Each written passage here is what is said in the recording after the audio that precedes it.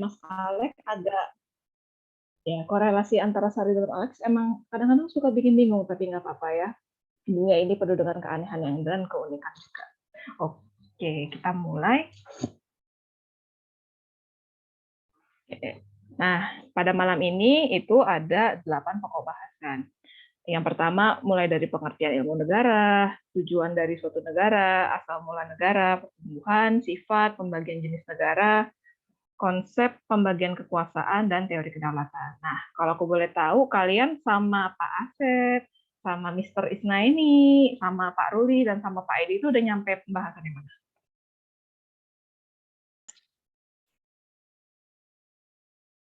Bahasa Ya, pertumbuhan negara, Kak. oke, 4. Kalau dari Pak Edi atau Mr. Isna ini? Kemarin kayaknya asal muala deh, Kak, kayaknya. Oh, asal mula negara. Oke. Mm-mm. Kalau, di sini nggak ada yang Pak Ruli ya? Siapa yang namanya? Muhammad Ruliandi, kalau nggak salah. Orangnya agak unik gitu. Berarti antara 3 dan 4 ya. Ya, oke. Berarti sebenarnya ini pokok bahasannya ini sebenarnya kalau nggak salah ini dari UTS, dari awal sampai UAS. Tapi nggak apa-apa, nanti kita bahas secara brief aja untuk poin 5 sampai 8-nya. Jadi nanti pas kuliah gitu bareng sama Pak Asep atau bareng sama Pak Edi itu nggak, waduh apa nih gitu. Terus kalau misalnya ditanya nggak, waduh apa nih, astagfirullah keringetan gitu, panik buka buku. Oh ya, BTW kita di sini diskusi santai aja gitu. Jadi kalau misalnya nanti aku ada yang salah ngomong atau salah nyebut atau salah, Kak itu salah atau gimana, nggak apa-apa, tegur aja karena kita di sini belajar bersama. Santai aja, santai, aku gak gigit kok. Oke, kita mulai dari pengertian ilmu negara. Oke, pengertian ilmu negara. Sebenarnya ilmu negara tuh apa sih gitu kan. Nah, pertama kita bahas dulu nih ilmu. Ilmu merupakan suatu pengetahuan yang telah memenuhi 4 syarat tertentu. Itu sudah tersusun secara sistematis, sudah teruji, bersifat universal, dan ada satu syarat lagi. Tapi aku lupa. Nah, kemudian negara. Negara itu apa sih? Nah, negara itu, kalau kata Pak Isna ini dalam bukunya, merupakan suatu organisasi kekuasaan yang terdiri dari suprastruktur politik dan infrastruktur politik.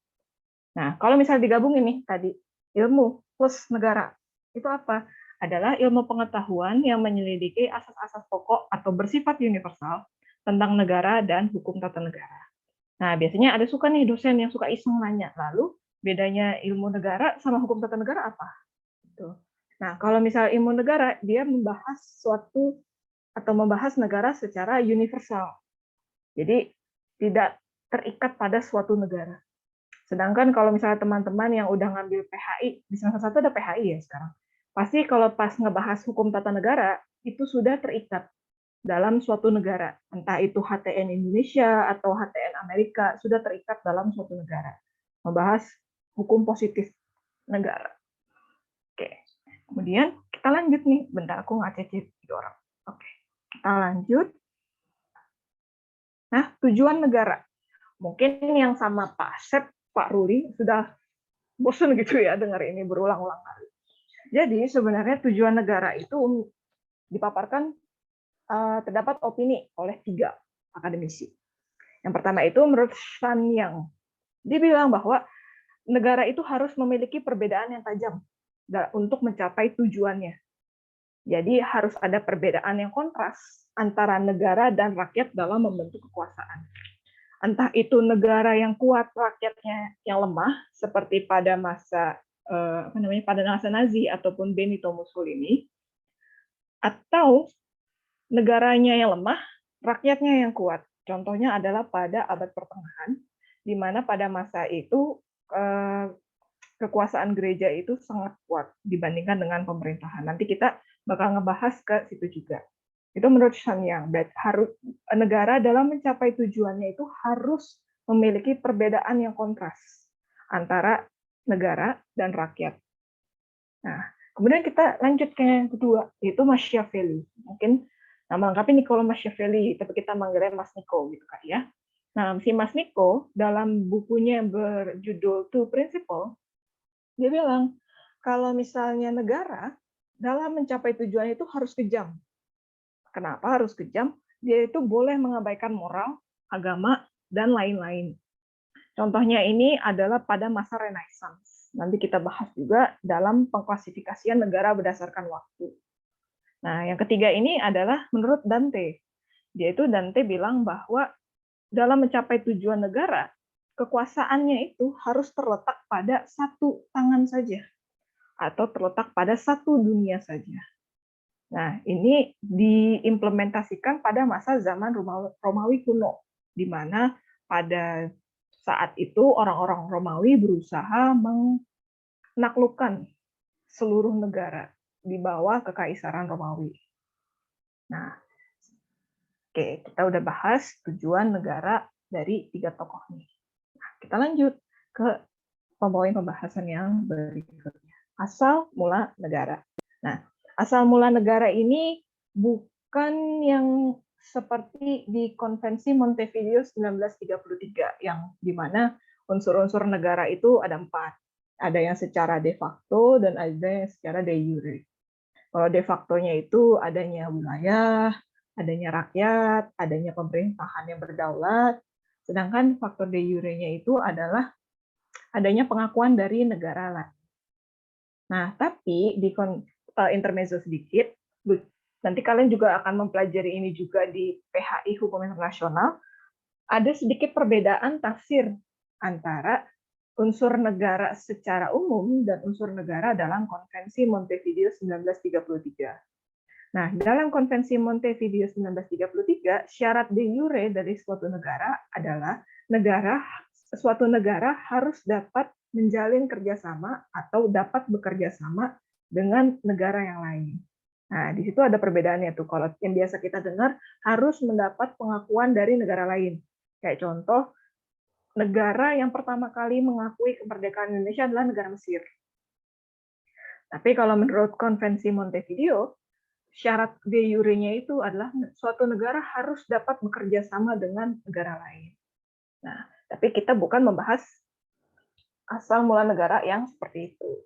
Nah, kita membahas asal mula negara menurut para mas-mas nih. Nah, yang pertama dari si Mas Socrates. Si Mas Socrates ini bilang bahwa negara itu harus mencerminkan manusia dalam artian melakukan perbuatan yang baik, yang dimana budi pekerti manusia merupakan konsep dari suatu negara. Jadi kalau misalnya ada sekelompok manusia yang telah menjalankan atau melakukan perbuatan baik antara satu manusia dengan manusia lain, maka dari perkumpulan manusia itulah dapat disebut tanda kutip suatu negara. Kemudian pas Socrates bilang kayak gitu, si Mas Plato bilang, nggak kayak gitu. Negara itu mah berasal dari apa yang dibayangkan oleh manusia. Jadi pada masa Mas Socrates dan Mas Plato itu masih berkutat dalam alam pikirannya, belum terrealisasikan dan belum bisa melihat realita di masyarakat. Jadi mereka hanya berfilsuf atau berpikir bahwa sebenarnya negara tuh kayak gini loh. Kalau menurut Mas Socrates, negara tuh merupakan cerminan budi pekerti manusia. Jadi kalau ada orang yang baik, berarti terus ada banyak sekumpulan juga, ini bisa disebut sebagai suatu negara. Sedangkan tadi si Mas Plato bilang, enggak, sebenarnya negara itu ada di otak kita.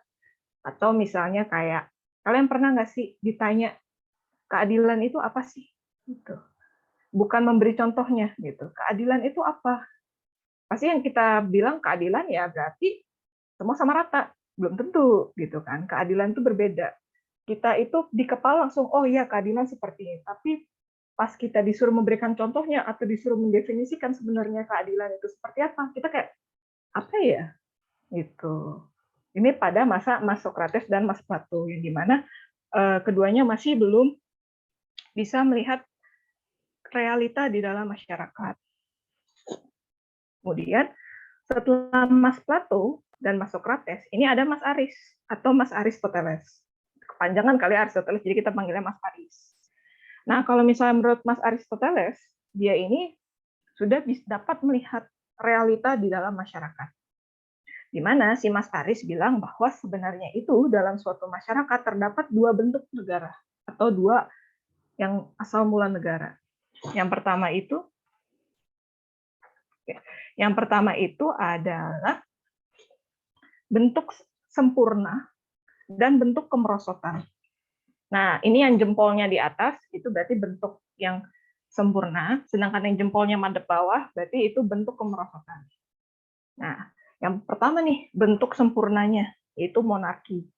Monarki kita udah tahu ya, udah sering diulang-ulang di PIH, PHI, sampai kita udah enak gitu ya. Monarki adalah suatu sistem, suatu bentuk pemerintahan di mana yang menduduki kepala pemerintahan itu adalah raja, gitu kan. Dan dilakukan secara turun-menurun. Nah, di monarki ini, bentuk kemerosotannya adalah tirani, di mana mungkin kalian udah pernah dengar Raja Louis ke-14 ya, yang dibilang bahwa negara adalah aku, di mana Prancis pada masa saat itu mengalami tirani besar-besaran. Atau mungkin pada masa Romawi itu ada Nero Claudius, itu merupakan kaisar Romawi yang tirani. Nah, kita lihat nih, monarki bentuk sempurnanya, tirani bentuk kemerosotannya. Nah, kemudian setelah itu ada aristokrasi, bentuk sempurnanya, yaitu dipimpin oleh para akademisi-akademisi atau para pemikir, dengan bentuk kemerosotannya adalah oligarki, yaitu dikuasai oleh para bangsawan. Nah, udah ada monarki, pasangannya tirani. Aristokrasi, pasangannya oligarki. Dan yang terakhir adalah politeia dan demokrasi, ini berpasangan. Nah, mungkin kalian pada, kok demokrasi bentuk kemerosotan ya? Nah, jadi menurut Mas Aris, kenapa demokrasi itu merupakan suatu bentuk kemerosotan? Karena demokrasi itu adalah suatu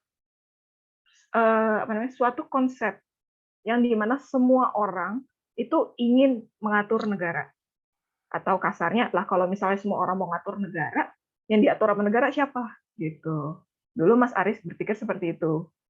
Jadi, kenapa konsep demokrasi pada masa Mas Aris itu adalah bentuk kemerosotan? Karena dia berpikir, kalau misalnya seluruh rakyat ikut dalam pemerintahan, lalu siapa yang akan diatur oleh negara? Gitu. Ini ada pasang-pasangannya nih. Nah, kemudian ini konsepnya Mas Aris nih nanti akan diadopsi oleh beberapa filsuf atau beberapa akademisi di zaman Romawi kuno. Oh ya, nyampe sini ada kecepatan atau pas atau gimana?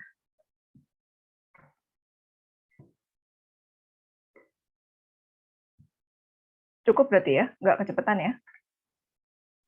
Cukup, Mbak. Oke.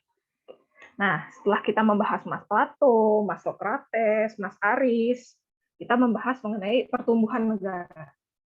Tumbuh gitu ya, disiram air, tumbuh. Nah, jadi pertumbuhan negara itu ada dua nih jenisnya. Biasanya kalau dulu UTST yang keluar pertumbuhan negara, terus tadi yang si Mas Aris, terus kemudian sifat memaksa negara. Singkat aku itu keluar sih dulu pas UTS zaman aku, tapi kalau sekarang aku juga kurang tahu.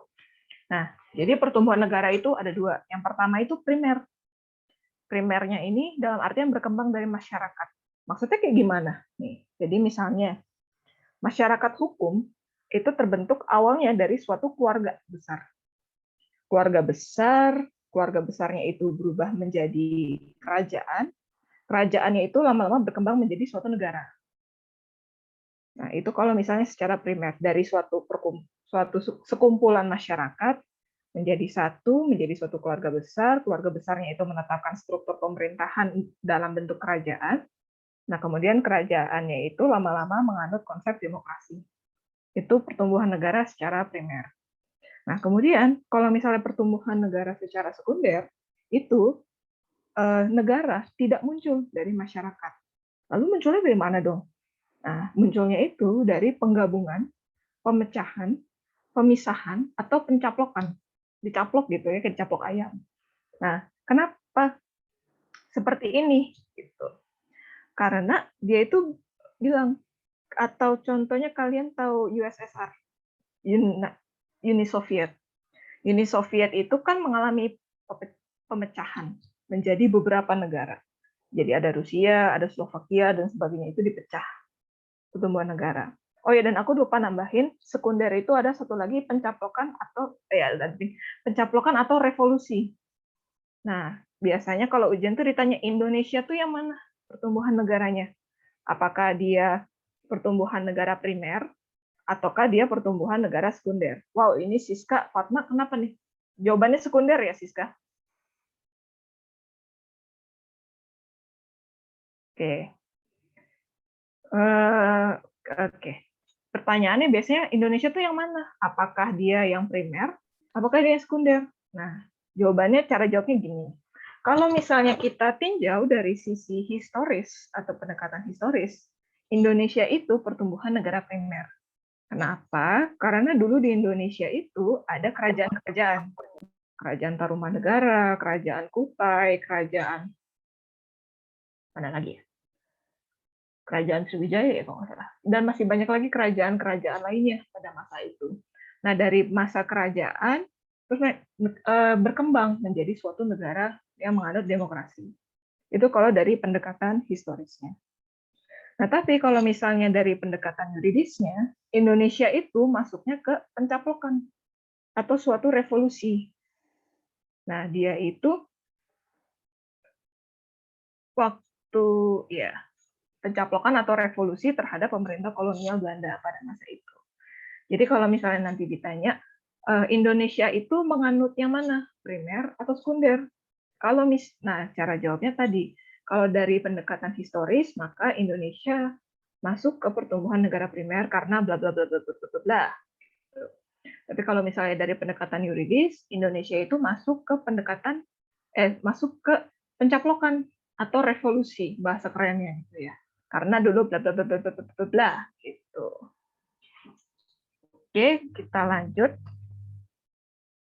Nah, sifat negara. Sifat negara ini ada tiga. Ada memaksa, dalam artian itu negara dalam Oke, kalian sudah sering dengar ya, hukum itu sifatnya memaksa. Apa yang membedakan norma hukum dengan norma-norma lainnya adalah norma hukum itu memiliki sifat yang memaksa. Jadi dalam penerapannya atau dalam implementasinya itu bisa dipaksakan kepada masyarakat dan sanksinya dapat dibebankan secara fisik. Nah, negara itu juga memiliki sifat memaksa. Ya, di mana dalam menetapkan kebijakan-kebijakannya, negara itu bisa memaksa rakyatnya untuk mematuhi kebijakan-kebijakan tersebut. Kemudian selain memaksa, itu nanti di mata kuliah apa ya? Mungkin nanti di THI, di bagian hukum administrasi negara, nanti akan dipaparin catur praja oleh Van Vollenhoven. Nah, itu menjelaskan secara lebih lanjut mengenai fungsi pemerintah. Itu ada yang mengatur, ada yang mengawasi, dan sebagainya. Mungkin nanti pas mau tender UAS kali ya kita nge-reviewnya gitu. Nah, itu memaksa. Nah, kemudian memonopoli. Nah, memonopoli ini ada nih contohnya di Indonesia, yaitu di pasal berapa yuk? Di pasal 33 ayat 3 Undang-Undang Dasar 1945. Nah, pasal 33 ayat 3 itu bumi dan air serta kekayaan alam yang terkandung di dalamnya dikuasai oleh negara dan dipergunakan untuk sebesar-besarnya kemakmuran rakyat. Nah, kata dikuasai itu menunjuk atau merujuk pada suatu monopoli. Nah, tapi di sini monopolinya itu tetap monopolinya itu dengan tujuan akhir memberikan kemakmuran sebesar-besarnya pada rakyat. Kemudian sifat yang ketiga itu adalah berlaku untuk semua. Nah, berarti berlaku untuk semua selama ada warga negara yang di dalam suatu negara, berarti semua ketentuan hukum yang dikeluarkan oleh negara tersebut itu berlaku bagi orang-orang yang tinggal di dalam negaranya. Sampai sini ada yang mau ditanyakan? Gimana?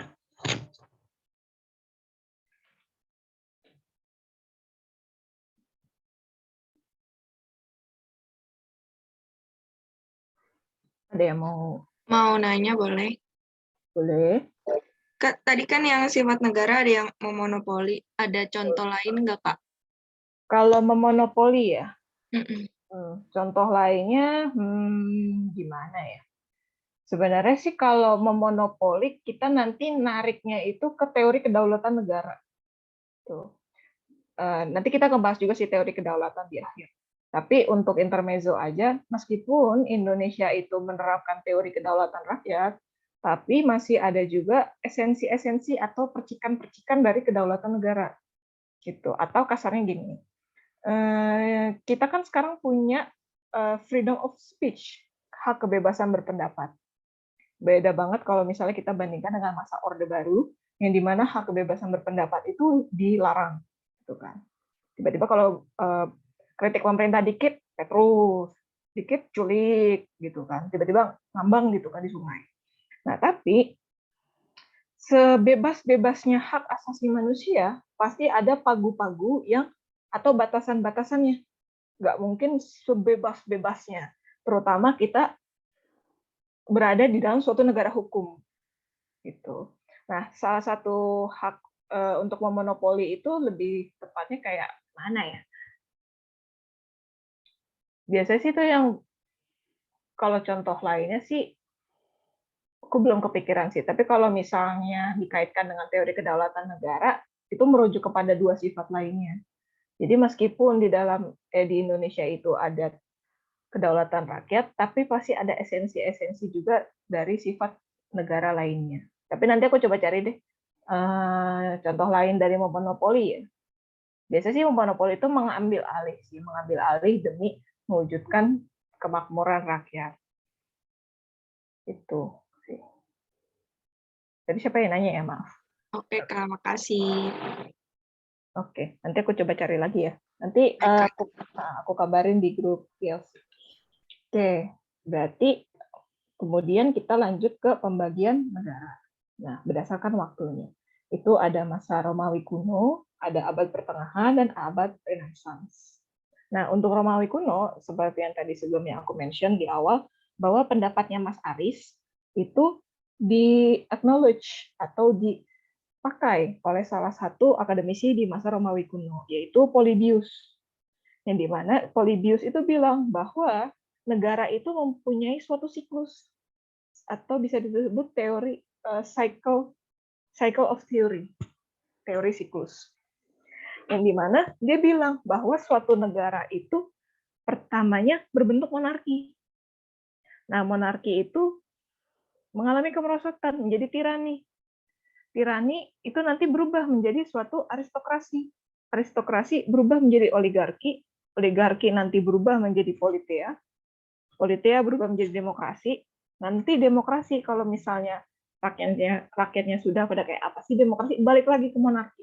Jadi suatu siklus yang terus berulang. Dimulai dengan monarki, diakhiri lagi nanti dengan monarki. Jadi suatu siklus yang terus berulang dari bentuk sempurna, merosot, sempurna, merosot, sempurna, merosot, sempurna, merosot, dan terus berulang. Itu menurut Polybius. Sedangkan menurut Cicero, dia bilang bahwa negara adalah suatu keharusan, yaitu keharusan yang berdasarkan kepada rasio manusia atau berdasarkan pada hukum alat kodrat atau kodrat manusia. Nah, jika tidak ada kodrat, maka tidak ada kekuatan yang mengikat. Jadi kalau misalnya suatu negara itu tidak menerapkan konsep kodrat manusia atau konsep hukum alam kodrat, berarti tidak ada kekuatan yang dapat mengikat masyarakat-masyarakat yang ada dalam negara tersebut. Gitu, itu menurut Cicero. Mungkin yang di PIH itu pernah dengar Cicero ibi societas ubi ius ya kalau nggak salah. Di mana ada hukum, di mana ada masyarakat pasti ada hukum. Gitu. Kalau misalnya kata Mas Aldi nih, Mas Cicero pas mikirnya kayak gitu, dia lagi makan ubi. Jadi keingat, oh ubi, ibi societas ubi ius. Ah, thank you. Ubi societas ubi ius, makan ubi. Nah, kemudian kita pindah nih dari Romawi kuno. Oh ya, dan tadi Romawi kuno itu bukan menganut sih, lebih tepatnya pada masa itu sedang terjadi penaklukan besar-besaran kepada negara-negara lain. Mungkin kalian yang suka baca sejarah-sejarah dunia itu heran nggak kenapa tiba-tiba di Mesir itu faraohnya itu salah satunya adalah orang Romawi. Kalau nggak salah itu Alexander the Great. Kalau nggak salah, Alexander the Great itu pernah menjadi faraoh di Mesir karena penaklukan dari Romawi ke Mesir. Dan sebenarnya Cleopatra itu bukan merupakan, kalau yang aku baca ya, dan Cleopatra itu sebenarnya bukan garis keturunan murni Mesir karena Cleopatra itu lahir setelah ada penaklukan dari Romawi, kalau nggak salah. Gitu. Nah itu untuk di Romawi kuno. Kemudian kita pindah nih ke tengah, abad pertengahan, yang dimana gambarnya nih orangnya lagi pada belajar, nih pada pusing gitu. Nah, di abad pertengahan ini, pemerintahan atau suatu negara itu dipengaruhi sangat kuat dengan teokrasi atau ajaran atau pemikiran agama, khususnya Katolik pada masa ini. Mungkin yang pernah, kalian belum itu ya, mungkin angkatan 2020 yang pernah ikut kuliah, yang pernah ikut tentir logika hukum, pengantar logika hukum sama Mas Aldi itu pernah dijelasin tuh kenapa pas pada masa abad ke-8 itu banyak yang kayak apa nih di mana filsafat itu tidak berkembang pada masa itu. Karena kalau kasarnya dikit-dikit melawan ajaran gereja Katolik itu dianggap suatu penistaan, langsung dihukum. Nah, pada abad pertengahan itu adalah pada abad pertengahan itu menganut konsep bahwa di suatu negara itu terdapat dua wakil Tuhan atau terdapat dua wakil Tuhan di dunia. Yang pertama itu adalah raja berdasarkan yang pertama itu raja yang dimana kekuasaannya itu berdasarkan hukum, dan ada paus. Paus di sini bukan paus hewan ya. Paus di sini paus pope gitu kan. Nah, paus sebagai berdasarkan pihak gereja. Nah, di sini tuh pada abad pertengahan itu sering terjadi konflik antara raja dengan paus gitu. Atau antara raja dengan pihak gereja. Nanti mungkin Mas Aldi bisa memberikan contoh-contoh konfliknya kayak gimana gitu. Dan di abad pertengahan ini seperti yang tadi aku bilang mengenai filsafat itu tidak berkembang gitu, tidak berkembang dengan baik. Dan belakangan ini tuh aku pernah baca bahwa pada abad pertengahan itu karena ada konflik antara gereja dan raja. Yang satu bilangnya teori kedaulatan Tuhan, yang satu bilang teori kedaulatan raja. Karena itu saling cekcok gelut-gelut, akhirnya melahirkan suatu konsep baru, konsep kedaulatan baru yang menganut sekularisme, yaitu kedaulatan rakyat sebagai suatu solusi dari konflik kedua pihak tersebut. Tapi nanti kita bahas di akhir. Nah, kemudian orang-orang yang famous nih, yang lagi mikir sama yang lagi baca buku, itu ada Augustinus dan Thomas Aquinas.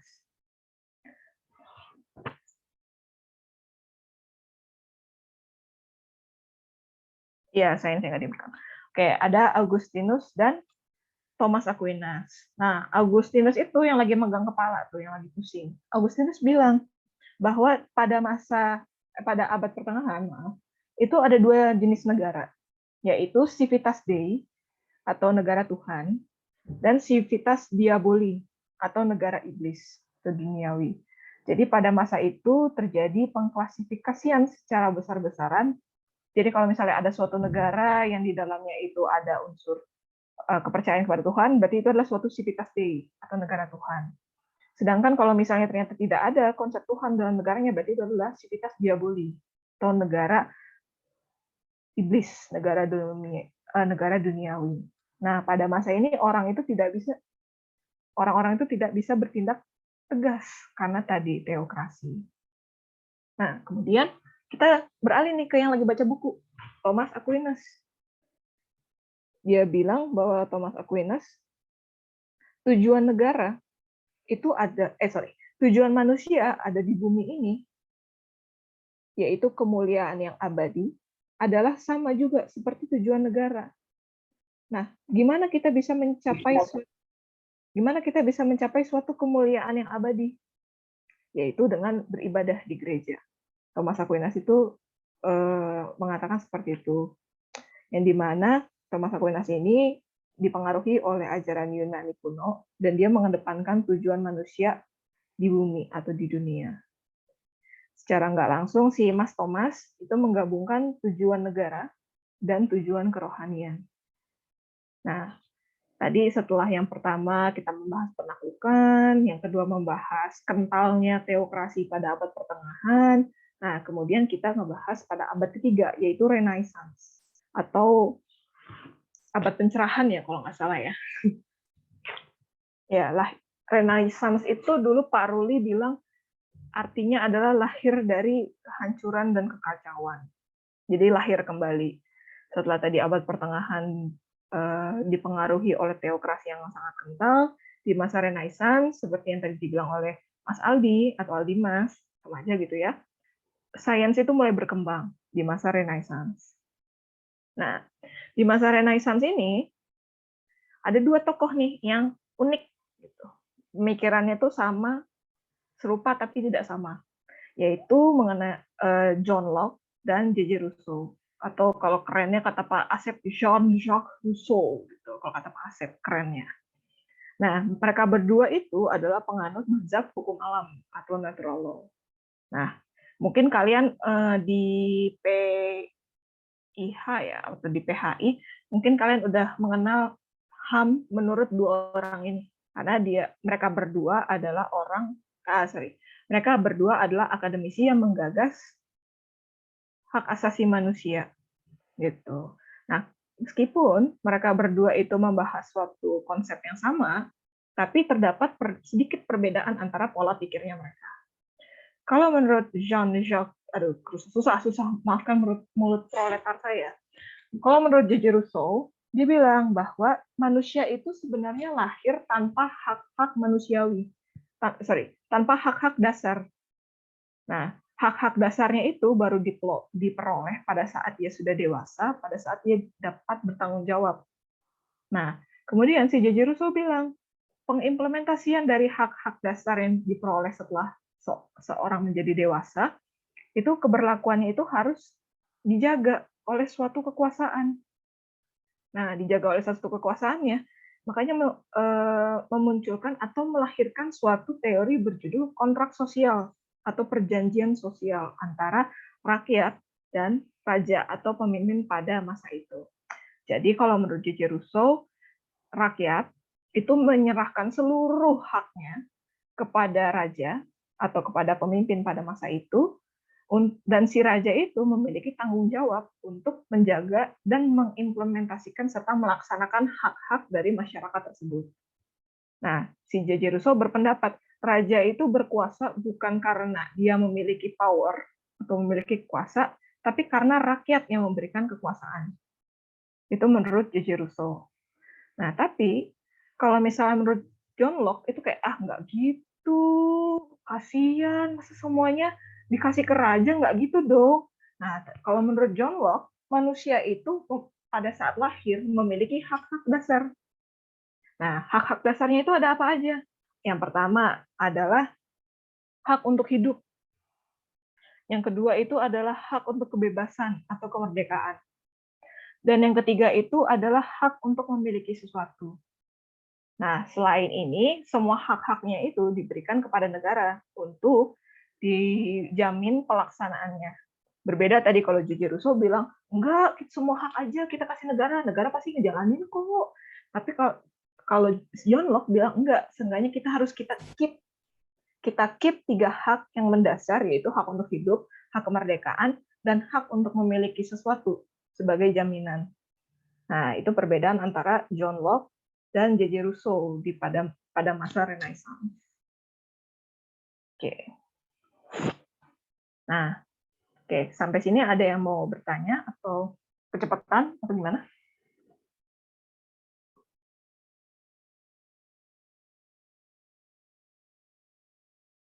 Pas berarti ya, nggak kecepatan.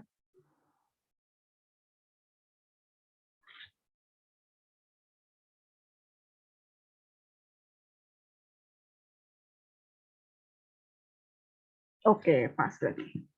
Oke, kita lanjut ke pembahasan berikutnya, yaitu konsep pembagian kekuasaan.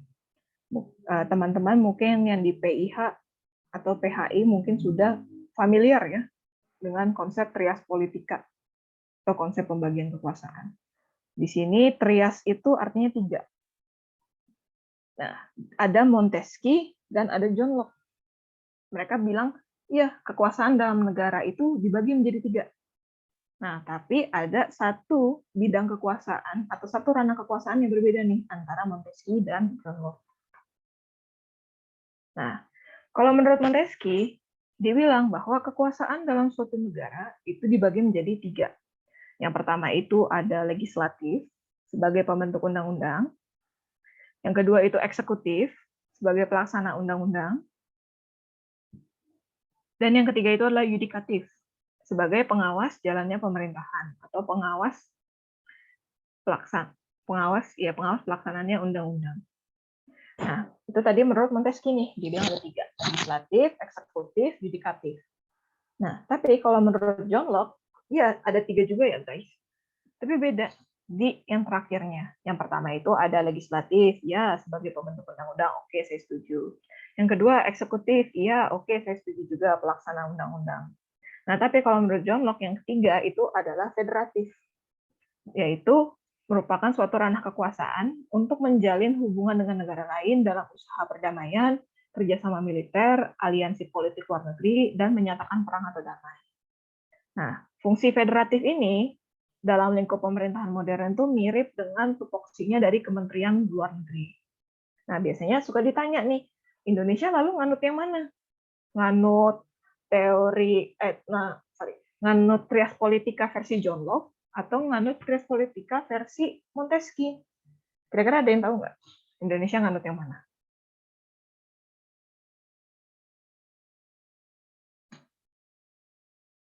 John Locke atau Montesquieu? Biasanya kalau yang dosennya PI hanya Bu Teti, diulang-ulang ini.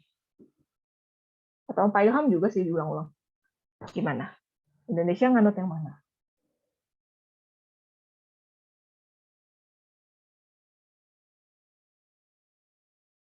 Oh, kayaknya masih. Bukan, Kak. Iya, betul, Montesquieu. Tapi, iya betul Montesquieu. Tapi perlu diingat bahwa konsep pembagian kekuasaan atau trias politika Montesquieu itu diterapkan di Indonesia secara tidak murni. Kenapa diterapkan secara tidak murni di Indonesia? Karena selain dari 3 ranah kekuasaan ini, itu masih ada ranah kekuasaan lain. Contohnya dalam bidang, kan ini legislatif, eksekutif, yudikatif, ada satu lagi nih, inspektif, yaitu BPK, Badan Pemeriksa Keuangan. Kalau di Indonesia, legislatifnya itu adalah DPR, MPR, dan DPD. DPR sebagai pembentuk undang-undang, legislatifnya. Kemudian eksekutifnya itu ada presiden dan pejabat-pejabat yang ada di bawahnya. Itu presiden, eksekutif. Ada menteri, terus ada juga kepolisian, kejaksaan. Jangan lupa ya guys, kalau misalnya kepolisian, kejaksaan, menteri itu di bawah naungan eksekutif. Jadi kalau misalnya kita berbicara eksekutif secara luas, itu sampai ke bawah-bawah tuh.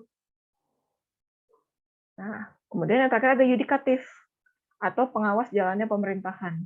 Di sini itu ada Mahkamah Agung dan Mahkamah Konstitusi. Nah, kalau misalnya setelah amandemen ketiga ya kalau nggak salah, amandemen ketiga atau keempat itu ada, enggak sih dari awal ya. Dari awal itu ada nama BPK, Badan Pemeriksa Keuangan, namun dalam setiap amandemen namanya berubah-ubah kalau nggak salah. Terakhir itu setelah amandemen keempat namanya jadi Badan Pengawas Keuangan. Nah, Badan Pengawas Keuangan ini terletak di luar 3 pilar ini. Dia sebagai lembaga inspektif negara, yang dimana tugas atau tupoksinya itu, tugas pokok fungsinya adalah untuk memeriksa keuangan negara. Nah, kalian bisa lihat di pasal 23 ayat 5 sebelum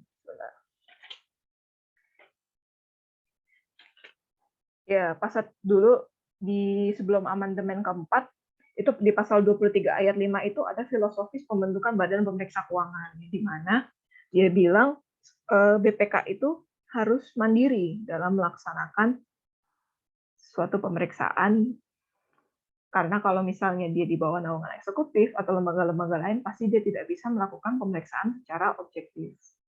Nah, jadi kalau misalnya ditanya, Indonesia itu nganut trias politika siapa? Montesquieu atau John Locke? Betul. Jawabannya Montesquieu. Tapi apakah diterapkan secara murni? Enggak diterapkan secara murni. Kenapa enggak diterapkan secara murni? Karena adanya kehadiran lembaga-lembaga lain di luar tiga pilar ini. Gitu.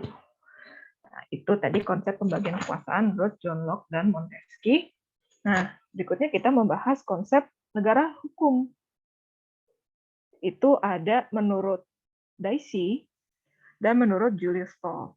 Kalau Dicey itu dia bilang ada 3 ciri dengan konsepnya itu rule of law. Sedangkan kalau misalnya menurut Julius Stall itu dia bilang ada 4 ciri negara hukum. Dengan judulnya itu adalah Rechtsstaat. Nah, kita bisa lihat nih persamaan antara Dicey dan Stall.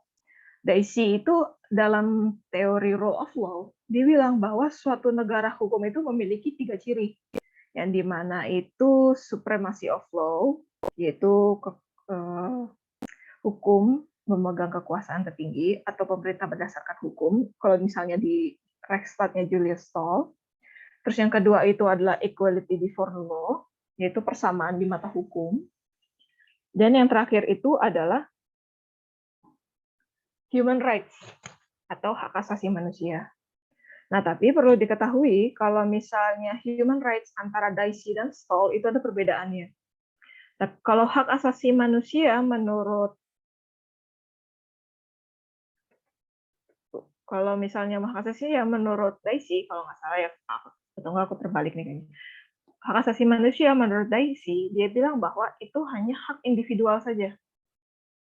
Sedangkan kalau menurut Julius Stall dalam konsep Rechtsstaat, dia bilang bahwa hak asasi manusia itu ada yang bersifat komunal juga, atau bersifat secara komunal atau secara bersama.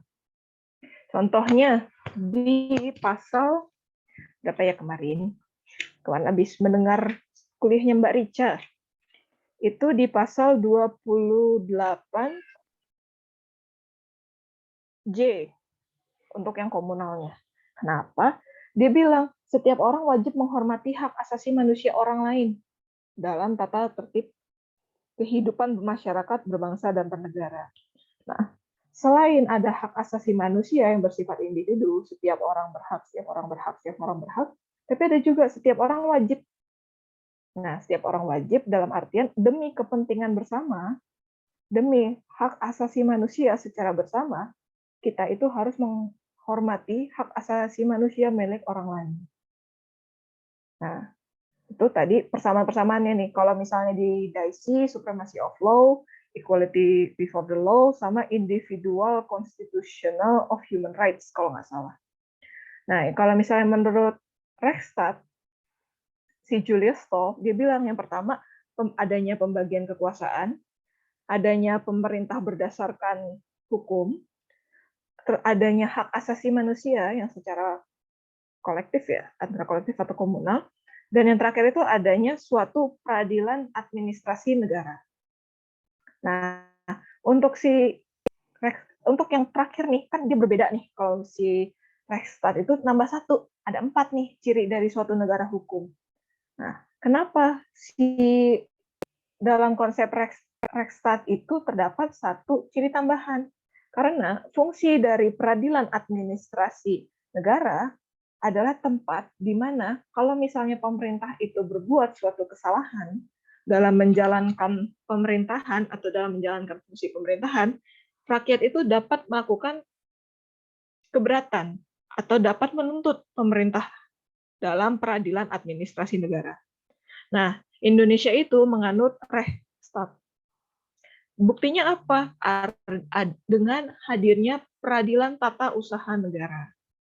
Jadi kalau misalnya teman-teman ada nih yang sertifikat tanahnya double gitu kan. Sertifikat tanahnya double, lah yang benar yang mana dong? Nah, itu kalian bisa menuntut pemerintah. Pemerintahnya siapa dalam konteks ini? BPN, Badan Pertanahan Nasional. kita bisa menuntut si Badan Pertanahan Nasional di Peradilan Tata Usaha Negara. Nah, itu konsep negara hukum menurut Dicey dan Stoll. Nah, kemudian kita sampai ke teori kedaulatan. Teori kedaulatan itu di sini ada 5. Ada teori kedaulatan Tuhan, yang sebagaimana tadi kita sudah review ya, yang di abad pertengahan, yang dimana teori kedaulatannya itu kuat banget. Sampai mau gerak-gerik aja takut keciduk gitu. Kemudian ada teori kedaulatan hukum, teori kedaulatan raja, teori kedaulatan negara, dan teori kedaulatan rakyat. Sebenarnya teori-teori ini membahas satu ujung yang sama atau satu hasil akhir yang sama, yaitu mengenai siapa pemegang kekuasaan tertinggi dalam suatu negara. Apakah itu Tuhan, apakah itu hukum, apakah itu raja, negara, atau rakyat. Nah, dan tadi yang aku sempat mention mengenai pertentangan antara teori kedaulatan Tuhan dan teori kedaulatan raja pada abad pertengahan itu menghasilkan adagium Vox Populi Vox Dei. Mungkin kalian pernah dengar. Vox Populi, suara rakyat adalah suara Tuhan. Gara-gara adanya konflik antara teori kedaulatan dan teori kedaulatan Tuhan dan kedaulatan raja, terus tadi munculkan suatu konsep baru, kedaulatan rakyat. Akhirnya berubah tuh. Awalnya Vox Dei untuk raja, jadi berubah menjadi Vox Populi Vox Dei. Suara rakyat adalah suara Tuhan. Nah, tadi sebagaimana yang aku mention juga di awal, kalau misalnya Indonesia itu menganut teori kedaulatan rakyat. Itu ada di pasal 1, angka 2, ayat 2. Kedaulatan berada di tangan rakyat dan dilaksanakan menurut Undang-Undang Dasar. Nah, tapi perlu diketahui, meskipun Indonesia menganut teori kedaulatan rakyat, tapi karena kita berada di suatu negara hukum, nah, kedaulatan rakyat ini juga memiliki batasan-batasan agar dalam pelaksanaannya itu tidak terlalu bebas. Gitu. Makanya sebelumnya aku bilang ada esensi-esensi atau percikan-percikan dari kedaulatan negara, yang dimana kedaulatan negara itu menjaga si kebebasan itu tetap pada batas-batas yang sesuai. Misalnya hak kebebasan berpendapat. Hak kebebasan berpendapat, iya, kita bebas.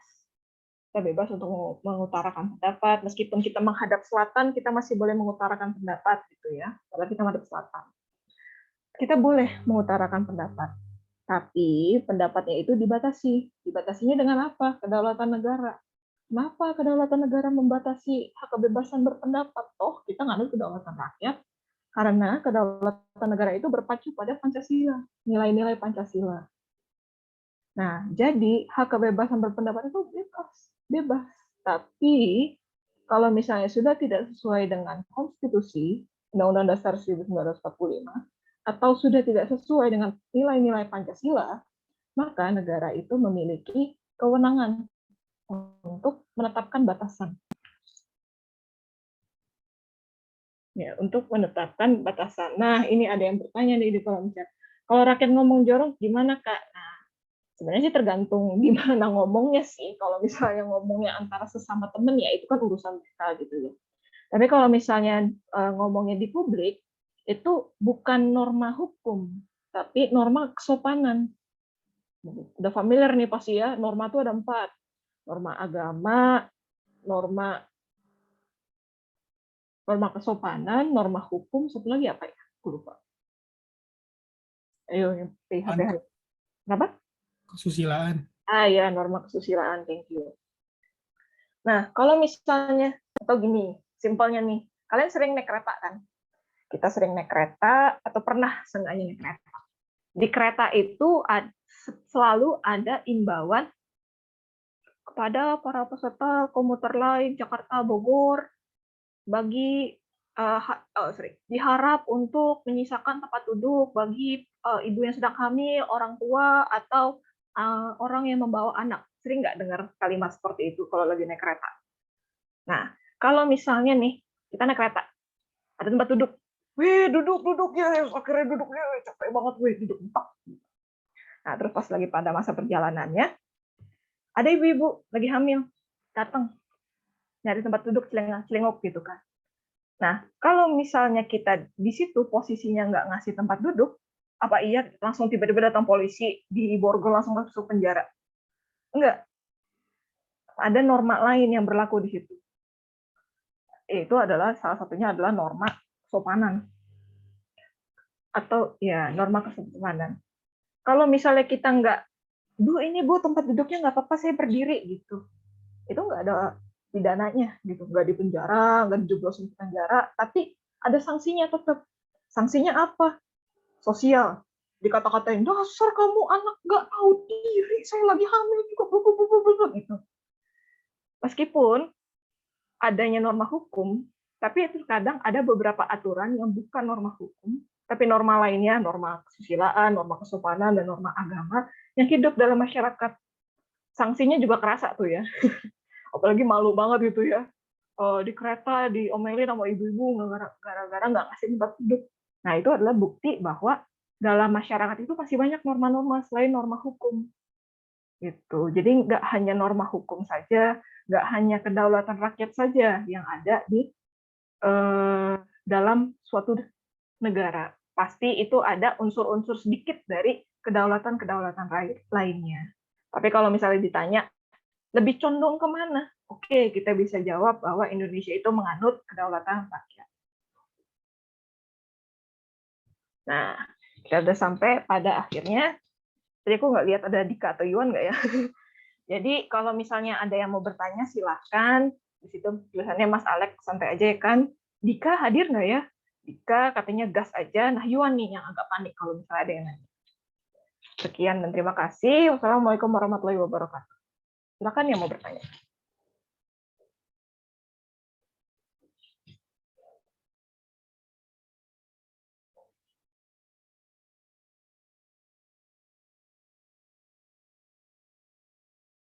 Gimana? Apakah kecepatan atau ada yang mau di... Kak, tolong dong. Atau enggak aku sambil nyari itu deh. Sambil nyari apa? Fungsi contoh mau monopoli. Gimana?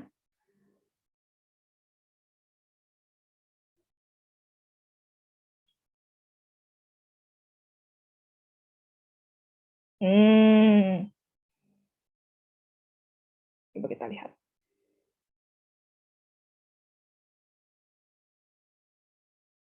Gimana?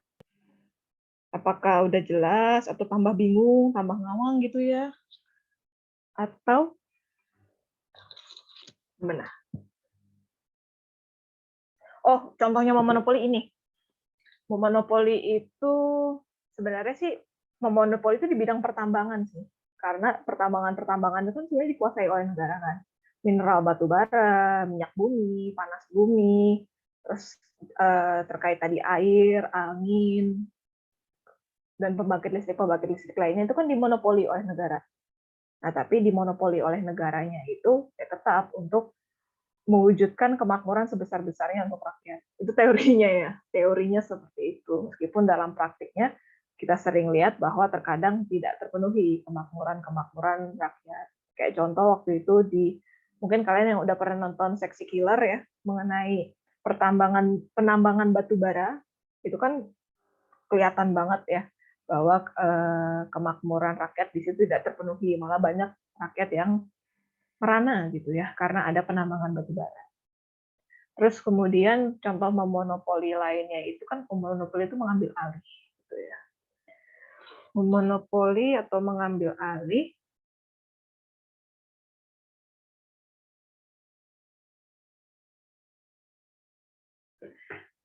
pasti berkaitan dengan yang lain-lain sih. Awalnya mau jawab vaksin, tapi vaksin itu memaksa sih jatuhnya.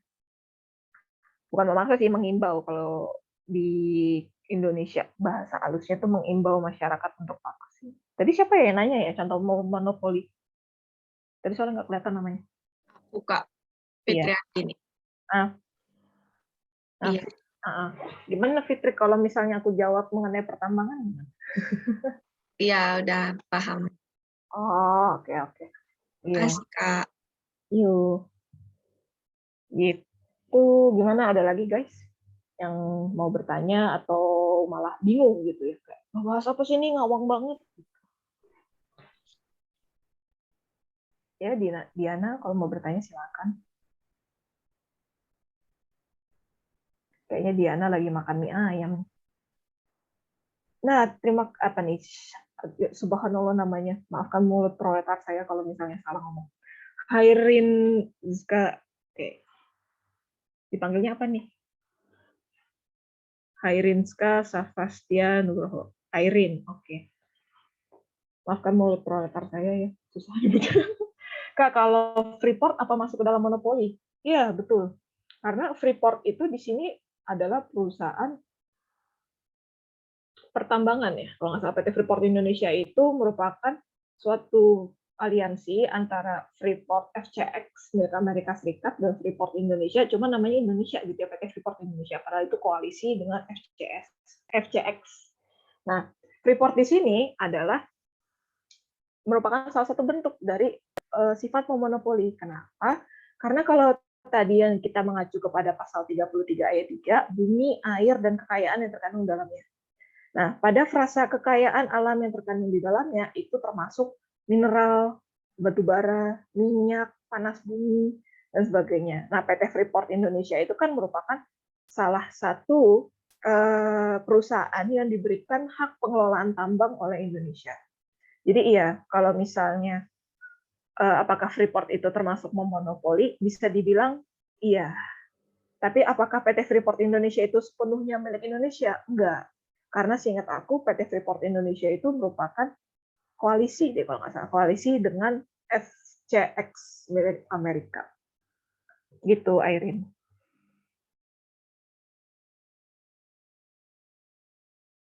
Gitu. Nah, kalau misalnya mengenai hak pengelolaan, nanti bisa dipelajari di agraria tuh. Kemarin aku juga kebetulan ngajar agraria, kita ngebahas hak pengelolaan tambang juga. Gitu. Jadi kalau misalnya ada suatu PT, suatu perusahaan dikasih hak pengelolaan tambang oleh Indonesia atau oleh pemerintah Indonesia, maka dia itu harus membayar, kalau nggak salah harus ada kontraknya deh. Kontraknya itu pembagian keuntungan antara Indonesia dengan si PT yang menerima hak pengelolaan tambang. Jadi kasarnya Indonesia punya tambangnya, tapi yang ngegali-galinya itu PT Freeport-nya. Yang menyediakan sarana prasarananya itu PT-nya. Dan kalau nggak salah nanti kita bakal bikin suatu postingan atau mungkin kajian ya tentang kontrak karya PT Freeport Indonesia. Karena kontrak karya ini rencananya tuh mau berakhir tahun 2021.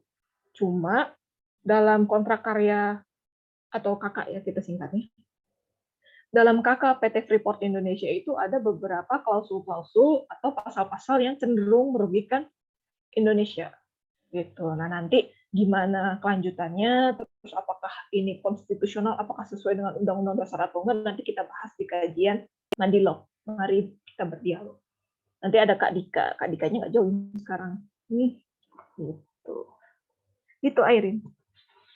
Iya, sama-sama. Kak, Ya, aku izin bertanya. Sebenarnya bukan aku sih.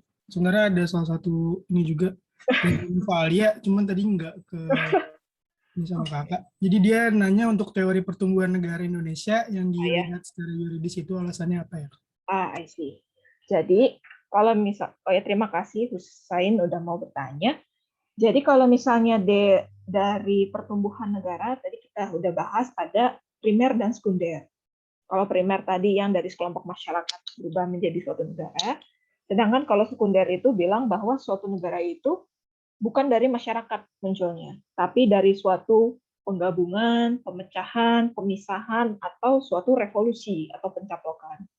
Nah, Indonesia kalau misalnya kita lihat dari pendekatan yuridisnya atau pendekatan hukumnya, itu adalah termasuk ke dalam revolusi atau pencaplokan. Kenapa? Karena dulu di Indonesia itu kita merebut kemerdekaan. Kita mengadakan suatu revolusi terhadap pemerintah kolonial Belanda pada masa itu. Jadi, title negara kita peroleh berdasarkan revolusi. Gitu, Husain. Kalau menurut pendekatan secara yuridisnya. Tapi kalau pendekatan secara historisnya, kita tuh dari kelompok orang, jadi negara, negaranya berubah menjadi, suatu kelompok orang berubah menjadi kerajaan, kerajaannya berubah menjadi negara. Gitu, Husain. Oh, baik, Kak. Jadi kalau misalnya secara historis itu kita pertumbuhan negara Indonesia secara primer, Primer, kalau misalnya secara yuridis kita sebagai sekunder gitu. betul. Oke, baik, terima kasih, Kak. Ya, sama-sama. Husain dosennya siapa? Saya Pak Asep Bambang, Kak. Oh, Pak Asep. Pak Asep pernah mention ini juga atau gimana? Kebetulan baru tadi dijelasin ada mata kuliah. Oh, iya, iya. Mantap, mantap. Gitu. Soalnya waktu pas aku kuliah sama Pak Ruli, dijelasinnya kayak gitu. Jadi kalau misalnya dari sisi historis kayak gini, kalau dari sisi yuridis kayak gini. Sebenarnya sih Pak Ruli itu enak ngejelasinnya, cuma goib aja. Jarang banget musuh. Gitu. Baik, Kak. Terima kasih. Ya, sama-sama. Gimana guys? Ada yang mau bertanya lagi? Kak, izin Yuk. bertanya lagi. Ya, monggo. Yang tadi yang di Romawi kuno kan kakak sempat bahas yang ubi societas ibiius. Itu Betul. boleh dijelasin lagi nggak, Kak? Oke. Jadi, oke, ini aku agak ngacu ke PIH berarti ya. Soalnya kan gini. Jadi pada masa Romawi kuno itu kan ada salah satu tokoh namanya Cicero. Kalau kata Mas Aldimas lagi makan ubi gitu pas mau mikirkan ada gium ini. Nah, kenapa ubi societas ibius, di mana ada masyarakat pasti ada hukum. Mungkin kalian yang mungkin teman-teman yang dosennya itu Bu Indah atau Bu Teti kan biasanya disuruh wajib beli buku ya. Nah, biasanya di pengantar bab 1 PIH itu diceritain tuh mengenai siapa tuh si Rosworth atau siapa gitu yang Roscoe Pound, Roscoe Pound yang di awalnya dia bilang bahwa kalau misalnya ada seorang manusia tinggal dalam suatu pulau secara sendirian, berarti itu tidak ada hukum, dia bebas gitu. Mungkin kalau misalnya teman-teman udah pernah nonton film apa tuh yang Tom Hanks yang terdampar di pulau yang ngomong sama bola, ya oke, yang terdampar sama bola apa ya? Castaway ya, film Castaway di pulau itu si Tom Hanks-nya bebas mau ngapain aja, mau mancing, mau berburu, mau apa, nggak ada hukum yang mengatur dia. Nah tapi kalau misalnya di dalam pulau itu sudah ada manusia lain atau jumlahnya 2, itu perlu ada hukum yang mengatur. Kenapa perlu ada hukum? Karena untuk membatasi perilakunya sehingga tidak menciptakan suatu kondisi homo homini lupus. Menurut Thomas Hobbes ya kalau nggak salah. Thomas Hobbes bilang bahwa homo homini lupus bla bla bla bla, ada lanjutannya lagi yang dibilang bahwa manusia adalah serigala bagi manusia lainnya. Jadi kalau misalnya dalam suatu masyarakat atau seenggaknya 2 orang deh di antara 2 orang itu di pulaunya tidak ada hukum, itu pasti akan menimbulkan suatu tadi kondisi serigala bagi manusia lainnya. Yang kuat pasti menindas yang lemah pasti tersiksa, dan begitu seterusnya. Nah, jadi berangkat dari pemikiran tadi, dari Roscoe Pound, terus kemudian dari contoh-contoh yang Tom Hanks gitu ya, di Castaway, film di pulau ngobrol sama bola voli. Nah, dia itu berpendapat si Cicero bahwa pasti di dalam suatu masyarakat ada hukum yang mengaturnya. Tapi perlu kita ingat, hukum di sini itu bukan hanya hukum yang tertulis aja, tapi ada hukum yang tidak tertulis. Gitu, Fitri. Oke, Kak. Terima kasih ya, Kak. Yuk, sama. Itu. Gimana? Ada lagi?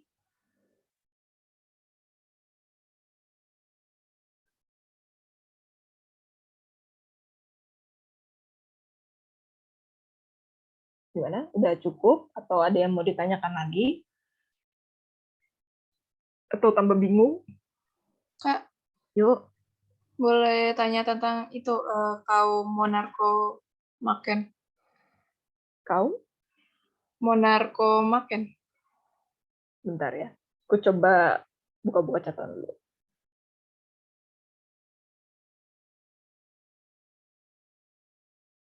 Oke, iya kenapa? Kayak masih bingung aja gitu, Kak. Monarkomaken? Iya. Sebentar.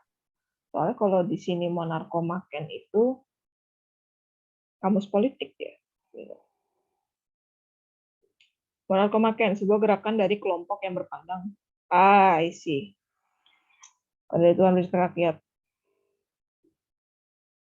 Ya, jadi sebenarnya mungkin aku agak kurang familiar sama istilahnya, tapi tahu konsepnya gitu. Seperti yang dibilang oleh J.J. Rousseau ya.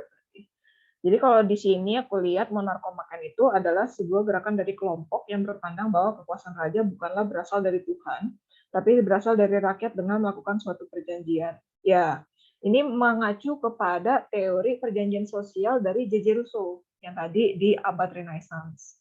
Dia bilang bahwa poin dari J.J. Rousseau itu teorinya yang pertama, bahwa manusia itu lahir tanpa hak-hak dasar. Manusia itu memperoleh hak-hak dasarnya setelah ia lahir, dan kemudian dia akan mewarisi hak-hak dasar itu secara alami setelah dia dewasa. Itu poin pertama dari teori J.J. Rousseau. Kemudian yang kedua, kekuasaan raja itu bukanlah dari Tuhan, tapi dari rakyat. Kenapa dari rakyat? Karena di sini rakyat memberikan kekuasaan kepada raja. Jadi gini, tadi kan si J.J. Rousseau bilang bahwa manusia itu pada lahir nggak punya. Tapi seiring dengan berkembangnya waktu, dia mewarisi secara alamiah hak-hak tersebut muncul. Kayak tadi, misalnya hak untuk hidup, hak untuk kemerdekaan, hak untuk mempunyai sesuatu, hak untuk berpendapat, dan sebagainya. Si J.J. Rousseau bilang bahwa itu akan secara alamiah muncul. Tapi manusia tidak lahir dengan itu. Nah, untuk menjaga keberlakuan atau dalam menerapkan hak-hak ini kan kita memerlukan suatu lembaga gitu ya. Suatu penjamin gimana sih biar hak kita itu dijaga, gimana biar hak kita itu berlaku gitu.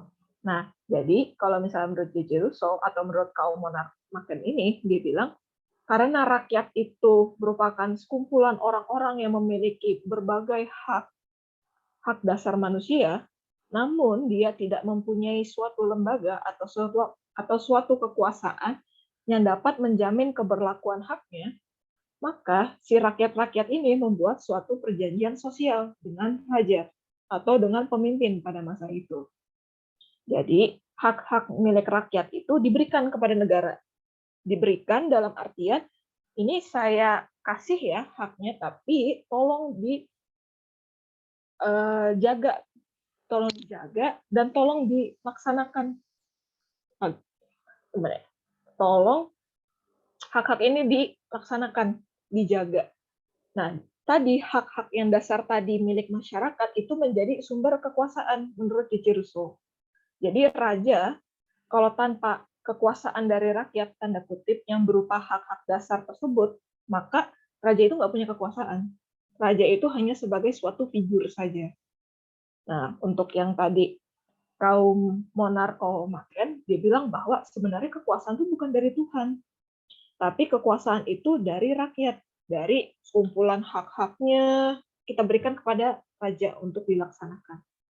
Itu sumber kekuasaannya itu dari rakyat. Kalau menurut J.J. Rousseau dan monarkomaken, itu kurang lebihnya. Tiara. Makasih, Kak. Udah nggak apa langsung bingung? Udah ngerti. Itu yang waktu itu aku baca buku ini nih. Bukunya bukan yang ini. Bukunya Hak Asasi Manusia dalam Konstitusi Indonesia, karangannya Majda El-Muhtaj. Dia itu ngejelasin kenapa dulu pas masa abad pertengahan bisa lahir tadi tuh pada masa Renaissance itu kenapa bisa lahir konsep dari J.J. Rousseau, karena ternyata di abad pertengahan pas lagi pada konflik tuh antara kedaulatan Tuhan, kekuasaan dari Tuhan dan kekuasaan dari raja, mereka gelut, ada suatu kelompok yang menyatakan bahwa ini saya membawa solusinya, bahwa solusinya itu kita harus menciptakan suatu pemerintahan yang bersifat sekularisme, pemisahan antara pemerintah dan agama. Nah, lalu siapa yang berkuasa adalah rakyat. Gitu. Makanya ada gium dulu itu adalah Vox Dei untuk kekuasaan raja, berubah menjadi Vox Populi Vox Dei. Suara rakyat adalah suara Tuhan. Gitu. Bukunya seru sih, kayak ngejelasin oh kayak gini gitu. Jadi makanya pas tahu ada giumnya ternyata kayak gitu kayak oh oke gitu. Itu gimana? Ada lagi?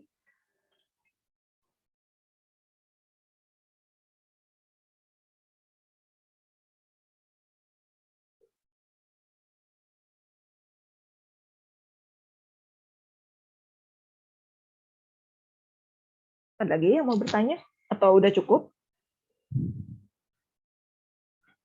Oh ya, teman-teman kalau misalnya mau nanya di grup ILC nggak apa-apa nanya aja misalnya nanti setelah tender ini masih Kak, tolong dong, aku masih bingung ini maksudnya apa, itu nggak apa-apa. Nanti kita diskusi via WA saja.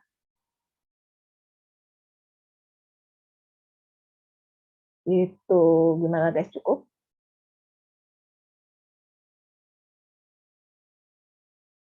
Cukup berarti ya? Udah pada hening kayaknya udah pada capek juga sih. Oke deh, aku kalau misalnya emang udah nggak ada pertanyaan lagi, biar aku mencoba on cam. Karena kan kayaknya ini foto di sini agak serem gimana gitu ya. Jadi gitu berarti aku tutup aja ya kalau misalnya